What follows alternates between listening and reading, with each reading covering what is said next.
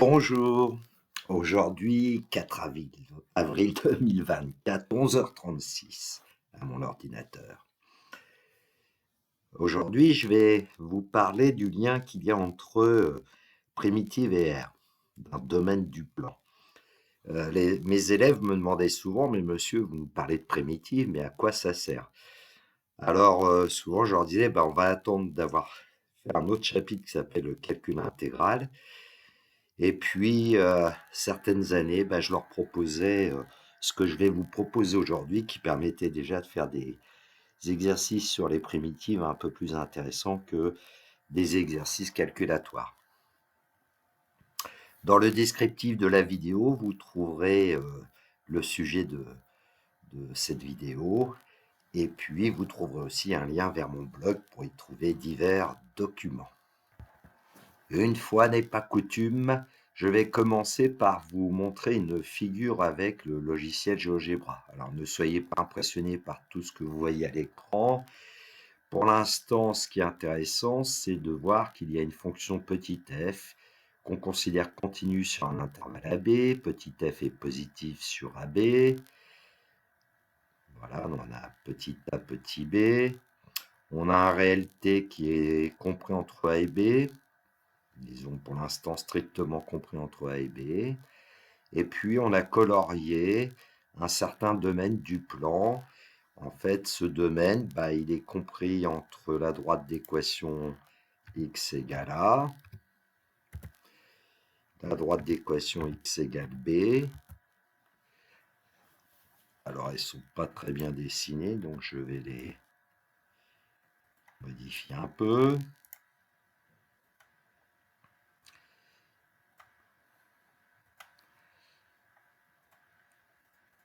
J'ai oublié de mettre la valeur qui correspond à B, je crois que c'est 2. Voilà. Alors évidemment, la T, c'est pas 2, c'est 1.5 ici, mais je pourrais peut-être mettre T. Voilà. Et puis, entre l'axe des abscisses et la courbe de F. Alors, comment définir ce domaine du plan colorié en rose, que j'ai appelé E de T parce qu'il va dépendre de petit t? Eh bien, j'ai placé un point M à l'intérieur de ce domaine, ce point M de coordonnées x, y. Alors, comme j'ai un curseur, on voit que je peux faire bouger le point M. Voilà, petit x va être compris apparemment entre A et T. Alors, je vais faire apparaître l'abscisse du point M, petit x. Ah, il y a eu un conflit avec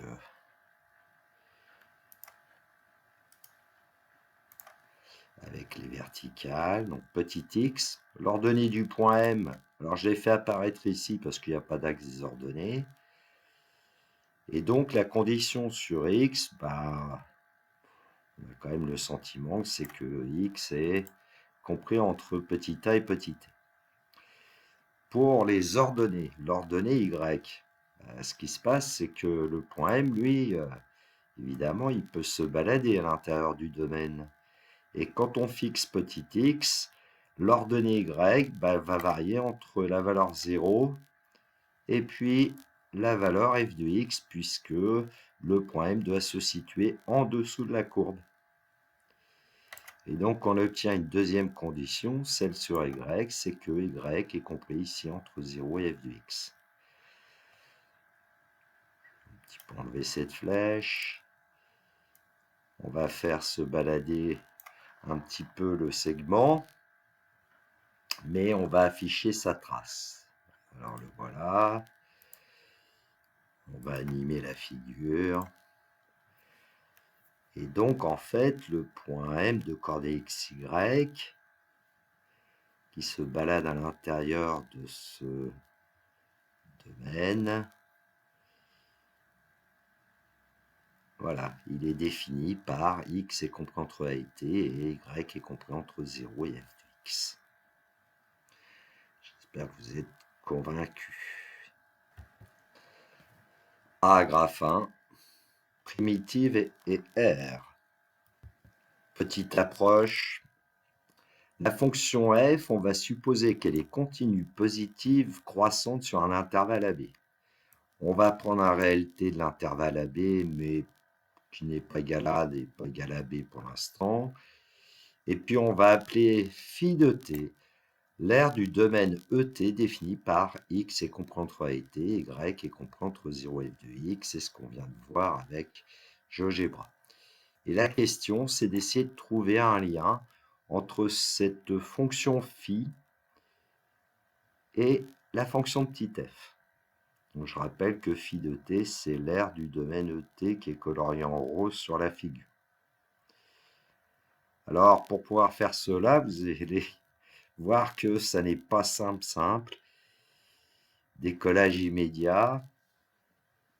En fait, ce qu'on va faire ici, c'est qu'on va introduire un nombre h. Alors, sur ma figure, h est strictement positif. Et puis, on va passer de t à t plus h.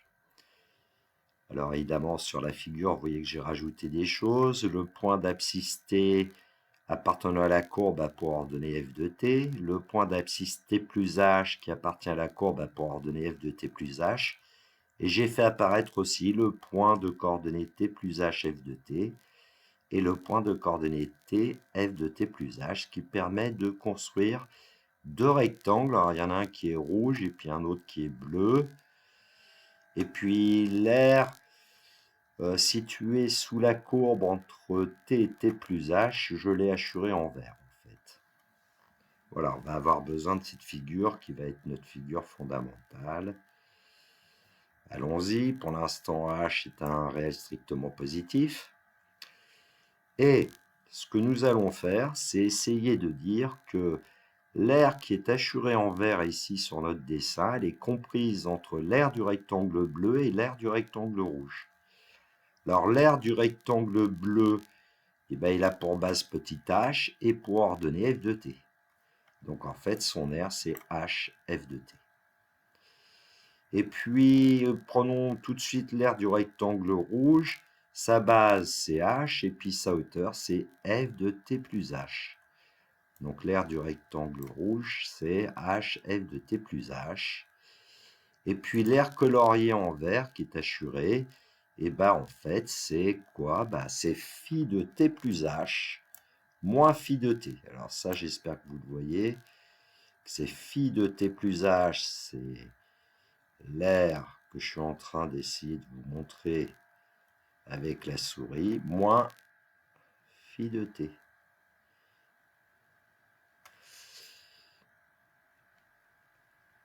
Si vous êtes convaincu par ça, ensuite on divise par h. Strictement positif. Donc on va obtenir évidemment f de t. Alors inférieur ou égal, puisque h étant strictement positif, on ne change pas le sens des inégalités. Et puis on va obtenir ici phi de t plus h moins phi de t divisé par h, qui va être inférieur ou égal à f de t plus h. Alors pourquoi on a effectué ce calcul? Parce qu'ici on voit apparaître un taux de variation de la fonction phi entre t et t plus h. Et donc on va essayer de trouver la limite de ce taux de variation en fait quand le nombre h va se rapprocher de 0. Alors comme h est strictement positif, h va se rapprocher de 0 plus. Alors on va chercher la limite du premier membre, f de t. F de t ne dépend pas de h. Donc la limite de f de t, c'est f de t. Je vais donner une explication car f de t est une constante par rapport à h. Et puis la limite du troisième membre, f de t plus h, quand h tend vers 0, plus ici, comme f, on l'a supposé continu en t, d'après le cours sur la continuité, c'est tout simplement f de t. Ce qui fait que, quand on regarde notre double inégalité ici, le premier membre tend vers f de t, le troisième membre tend vers f de t quand h tend vers 0, donc l'expression qui se situe au centre, phi de t plus h moins phi de t sur h, tend vers f de t. Donc on peut dire que la limite quand h tend vers 0 plus de phi de t plus h moins phi de t sur h est égale à f de t. Alors ce que nous avons fait pour un h strictement positif, on pourrait le faire pour un h strictement négatif. Alors, il faudrait refaire une figure, refaire les calculs. Il y a des petites modifications, mais en fait, on peut montrer qu'on a aussi limite quand h tend vers 0 moins de phi de t plus h moins phi de t sur h qui est égal à f de t. Du coup, puisque nous avons la limite quand h tend vers 0 de phi de t plus h moins phi de t sur h qui est égal à f de t, d'après le cours de première, on peut affirmer que la dérivée de phi prime de t est égale à f de t. Ensuite, il est à peu près évident que phi de a vaut 0. Alors, phi de a égale 0, parce que quand vous avez phi de t ici, quand t va venir se mettre en a, l'air sera nul. L'air du domaine rosé va diminuer. Hop, on va obtenir 0. Donc, qu'est-ce qu'on peut dire de cette fonction phi? Sa dérivée c'est f, et phi de a égale 0. On peut dire que phi est la primitive de petit f qui s'annule en a. Donc, voici le lien entre phi et petit f. La propriété que nous allons admettre, parce que dans l'approche, nous avons supposé que f était croissante. Alors, on pourrait démontrer aussi la probabilité quand f est décroissante sur l'intervalle AB. Le gros souci, c'est quand la fonction f va éventuellement changer de variation. Et là, ça demande des outils de l'enseignement supérieur. Donc, la fonction petit f est continue et positive sur l'intervalle AB contenant le réel t. Phi de t, c'est l'aire du domaine E, indice t défini par x est compris entre a et t, y est compris entre 0 et f de x. On peut affirmer que phi est la primitive de petit f sur AB qui s'annule en a. Ce qui veut dire aussi que quand une fonction petit f est continue sur un intervalle AB, elle y admet forcément une primitive, puisqu'on a la fonction phi, et même une infinité, puisqu'on sait que il suffit d'ajouter une constante à phi et on a encore une primitive de petit f sur l'intervalle AB. Paragraphe 2, R d'un domaine du plan. On va à nouveau faire une petite approche d'une propriété. On va à nouveau supposer que la fonction petit f est continue, positive, croissante sur l'intervalle AB et qu'elle a une primitive qui s'appelle grand F. On sait déjà qu'elle a petit phi comme primitive. Petit phi qui a été défini auparavant. Alors, on va se donner deux réels de l'intervalle AB, que j'ai appelé petit c, petit d. On considère l'ensemble des points M de coordonnées x, y du plan tel que petit x est compris entre c et d, petit y est compris entre 0 et f de x. Donc, en fait, sur la figure que vous voyez en dessous, c'est l'aire que j'ai coloriée en vert. L'aire coloriée en vert, c'est l'aire de l'ensemble E. Comment peut-on calculer l'aire du domaine E à l'aide de grand F? Donc, grand F étant une primitive quelconque de petit f sur l'intervalle AB. Eh bien, on va raisonner avec des aires. Alors, nous allons considérer le domaine E1 qui est l'ensemble des points M de coordonnées x, y du plan, tel que x soit compris entre A et C et y compris entre 0 et f de x. Donc, sur le schéma, c'est E1 est colorié en rouge. Et on va aussi considérer E2, l'ensemble des points M de coordonnées x, y du plan, tel que, alors ici c'est x qui est compris entre a et d, et y qui est compris entre 0 et f de x, ce qui fait que sur le schéma, en fait, l'ensemble 2 est hachuré en bleu. Alors ça se voit pas très bien, mais il est hachuré, ça se voit, et en bleu, c'est la couleur qu'on ne voit pas très bien.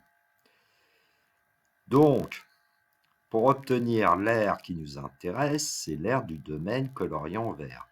Donc nous allons dire que c'est l'aire de E2, qui est hachuré, moins l'aire de E1, colorié en rouge. On va aller chercher notre primitive de petit f sur l'intervalle AB qui s'annule en A, qui est la fonction phi. On sait qu'il y a un lien entre phi et grand F, puisque phi et grand F sont deux primitives de petit f. Donc on peut dire que phi de x est égal à grand F de x plus une certaine constante que j'ai appelée k ici, pour tout réel x de l'intervalle AB. Allons-y, l'aire de E, c'est l'aire de E2 moins l'aire de E1. Donc en fait, l'aire de E2, bah, c'est phi de D. L'aire de E1, bah, c'est phi de C. Et puis maintenant, on sait que phi de D, c'est aussi grand F de D plus K, et phi de C, c'est grand F de C plus K. Évidemment, quand on va développer, le nombre K va disparaître et il va nous rester que l'aire du domaine E, c'est grand F de D moins grand F de C. Et donc maintenant, nous avons une méthode pour calculer l'aire d'un domaine. Donc l'aire du domaine colorié en vert, c'est grand F de D moins grand F de C. Merveilleux. Alors la propriété que nous allons admettre, parce que nous avons travaillé auparavant avec une fonction petit f qui est croissante, ici on va se contenter de l'hypothèse, la fonction petit f est continue et positive sur un intervalle AB, de primitive grand F. L'aire du domaine E défini par x est compris entre c et d et y est compris entre 0 et f de x est égal à grand F de d moins grand F de c. Une notation qui est pratique parfois, grand F de D moins grand F de C, on notera grand F de X entre C et D. En fait, voilà comment on appelle cette expression, c'est la variation de grand F de X entre C et D. Un exemple, donc ici j'ai considéré la fonction petit f définie sur grand R par f de x égale exponentielle moins x. Et sur la figure de GeoGebra, j'ai simplement mis son équation y égale exponentielle moins x. En fait, on va s'intéresser à un certain domaine du plan. C'est un ensemble que j'ai appelé E, l'ensemble des points M de coordonnées x, y, tel que x est compris entre 0 et 1 et y est compris entre 0 et f de x. Et donc, l'ensemble E a été colorié ici en vert sur le schéma. Comment calculer son aire? Eh bien, on sait que pour petit f de x égale exponentielle moins x, nous avons besoin d'une primitive. Une primitive d'exponentielle moins x, c'est moins exponentielle moins x, dont nous allons calculer la variation entre 0 et 1. Et donc, on va calculer d'abord ici, en remplaçant x par 1, moins exponentielle moins 1, moins exponentielle moins 0. On obtient moins exponentielle de moins 1 à moins 1, puisque l'exponentielle moins 0, c'est exponentielle 0, c'est 1. Et donc, on va obtenir que l'aire de E est égale à 1 moins E moins 1. Si on prend une calculatrice et qu'on cherche une valeur approchée de 1 moins E moins 1, on va obtenir 0,632 que j'ai appelé petit s ici sur mon schéma. Petit s, c'est l'aire du domaine grand E. Paragraphe 3, valeur moyenne d'une fonction sur un segment. Alors encore une petite approche. En fait, ici, j'ai pris un exemple simple avec la fonction petit f qui est définie sur l'intervalle 1, 4 par f de x égale x au carré. On s'intéresse à un domaine du plan défini par x est compris entre 1 et 4 et y est compris entre 0 et f de x. Je rappelle que la fonction carré est continue et positive sur l'intervalle 1, 4. Maintenant, on sait que l'aire du domaine E, évidemment en unité d'aire, c'est grand F de 4 moins grand F de 1, où grand F est une primitive de petit f sur l'intervalle 1, 4. Cherchons une primitive de la fonction carré. On peut choisir en fait grand F de x égale 1 tiers de x cube. Primitive usuelle de x carré, c'est 1 tiers de x cube. On peut vérifier en dérivant 1 tiers de x cube. 1 tiers fois 3x carré va bien donner x carré. Donc pour calculer l'aire du domaine E que j'ai appelé petit s ici, c'est grand F de 4 moins grand F de 1. 1 tiers de 4 au cube moins 1 tiers de 1 au cube. Ça fait donc 64 tiers moins 1 tiers, 63 tiers, et 63 tiers, ça nous donne 21. Autrement dit, sur le schéma de gauche, j'ai tracé la courbe représentative de petit f sur l'intervalle 1, 4, et l'aire du domaine colorié en rouge est égale à 21. Alors, ce qu'on va faire, nous, c'est qu'on va chercher un réel qu'on va appeler mu, tel que l'aire du rectangle ABCD soit égale à l'aire du domaine E. Alors, qu'est-ce que c'est que ce rectangle ABCD? A pour abscisse 1, B pour abscisse 4, donc point de coordonnée 1, 0, B de coordonnée 4, 0, et puis en ordonnée, on va placer un nombre mu, et puis on va avoir le point C de coordonnée 4 mu, le point D de coordonnée 1 mu, et on aimerait que l'aire du rectangle vert que j'ai tracé soit la même que l'aire du domaine grand E qui a été colorié en rouge sur la figure de gauche. Alors, comment trouver mu? Eh bien, on dit tout simplement que l'aire du rectangle, c'est AB fois AD, c'est donc égal à petit s qui est l'aire du domaine E. On va remplacer AB, c'est 4 moins 1, et AD, c'est mu. Et ça doit être égal à 21 puisqu'on a calculé petit s. Et donc, on va trouver que mu doit valoir 7. Alors, si on regarde la figure, attention, parce que l'unité sur l'axe ordonné, là, c'est 2, 4, 6, et on arrive à 7. Alors, c'est pas évident à l'œil nu que l'aire colorié en rouge va être égal à l'aire colorié en vert. Mais bon. Alors, ce nombre mu, il a un nom, on dit que c'est la valeur moyenne de la fonction petit f sur un 4. Alors, une remarque, on va voir que sur la figure qui est située ci-dessous, j'ai tracé la courbe représentative de f, le fameux rectangle ABCD avec mu qui ici vaut 7. Et en fait, on va avoir deux zones que j'ai grisées là. Donc, une zone qui... La première zone, c'est en fait un domaine du plan. Je ne vais pas le définir, je pense que c'est assez explicite. J'ai oublié de dire que la courbe de f coupait le segment CD en un point K. Hein. Et puis, voilà, on a une deuxième zone grisée, là, au-dessus du segment cassé. Et bien, ces deux zones grisées vont forcément avoir la même aire. D'où le nom de valeur moyenne, parce que si vous imaginez, par exemple, une vague dans l'océan qui monte, et ben, c'est comme si on aplatissait cette fameuse vague, on aurait le segment DC ici. Et l'aire du rectangle ABCD est la même que l'aire située en dessous de la courbe de F.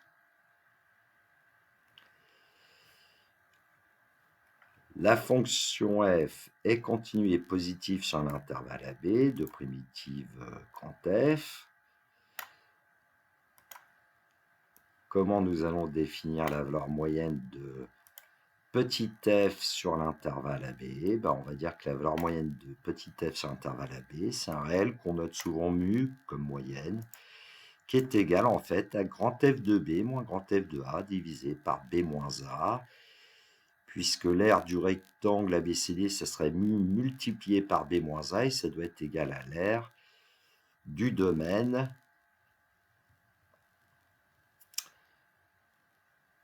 grand E, qui serait défini par X est compris entre A et B, et Y est compris entre 0 et F de X, selon l'approche que nous venons de voir. Voilà, le petit topo sur le lien entre primitive et aire d'un domaine est terminé. Je vous souhaite une belle journée. Prenez bien soin de vous. Que la force soit avec les élèves de terminale qui passeront leur bac au mois de juin. Si vous avez des propositions de vidéos, n'hésitez pas à m'envoyer un commentaire. Si vous appréciez mon travail. Ça fait toujours plaisir d'avoir un pouce en l'air. Au revoir.